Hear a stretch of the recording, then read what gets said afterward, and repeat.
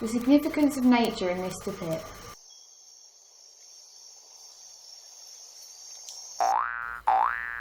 Mister Pip by Lloyd Jones is a compelling story of a girl caught in the brutal circumstances of war in Bougainville.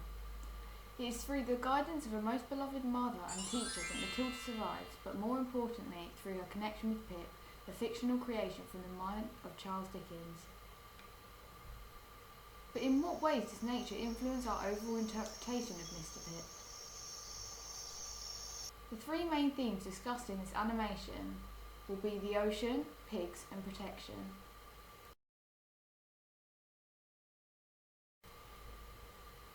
The symbol of the ocean integrated into Mister Pip may have more of a significance than first expected. Jones's conceptual integration of the ocean throughout the novel influences our outlook on mental escape of the Bougainvillians. Maybe a bit too much to get your head around at first, so let's break it down a bit. Throughout the text, in times of trauma, characters have been said to gaze out to sea as a way of escaping. Think of it as a way of separating themselves from reality and the brutality it inflicts. Further evidence in the text, however, suggests that characters can find escape within them and don't need to be physically removed from a situation in order to not experience it. And that Matilda in particular can escape to her imagination.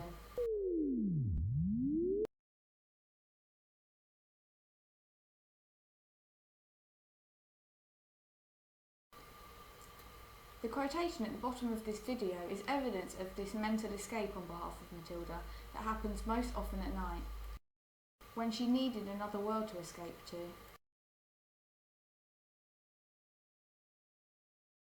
But how does this all relate to the ocean, you're probably thinking?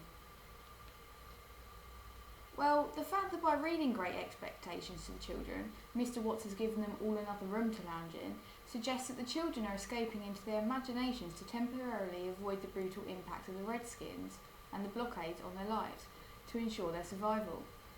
Along with the point made previously that Matilda gazed out to sea in order to escape her circumstances, you could suggest that Jones is using the ocean as a symbol of, you guessed it, the imagination.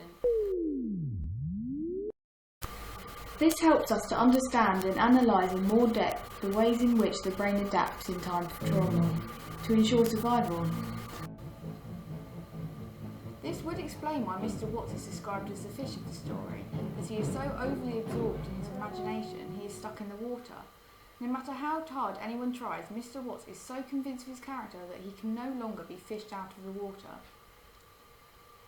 So to summarise, Matilda and the other characters metaphorically have an ocean in their minds as a source of escape. As soon as she is no longer blinded by false hope, causing reflections in the water, Matilda can see Mr. Watts for the man he really is.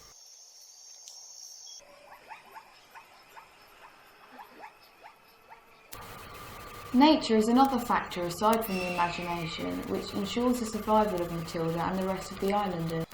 The fact that during Matilda's first-person account she claims that she feels bare without her house after the Redskins have come and destroyed it, and that the things that are left in her life all belong to nature, such as the air and the water, emphasises the power nature has and how it is used by Jones to protect the villagers. So after every traumatic event that is narrated by Matilda's account, the reader is drawn back to nature, as if it is the only thing that islanders will always have. It roots them to their native heritage, just as Matilda was literally and metaphorically rooted to the spot after her mother's death. It's a way of reminding the islanders of their barefoot roots. Which leaves last, but at no means least, the significance of animals throughout the novel. Examples of some of these references could include when Matilda is seen as a symbol of the bird, or even when Mr. Watts is seen as the fish of the story. However, in this video we will be focusing on how Jones weaves pigs throughout the novel to present the Rambos and the Redskins and to serve a constant reminder of the nightmarish atmosphere Matilda is exposed to. In relation to religious context, pigs symbolise ignorance, gluttony, uncleanliness, sexual impurity and unworthiness, as suggested by several Bible references. And interestingly enough, all of these characteristics can be found in either the Redskins or the Rambos. Secondly, in relation to social context, authority, such as the cops in slang, are also called pigs in slang. Therefore, Redskins, an authority, can also be named a pig.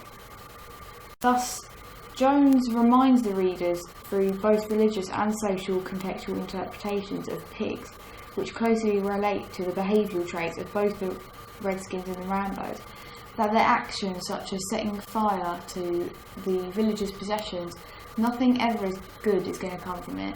And Jones uses these animalistic references to emphasise the extent of the Redskin and the Rambo's wrongdoing. And that's the end of this revision video. I hope you found it interesting and can now use these points in your essay writing.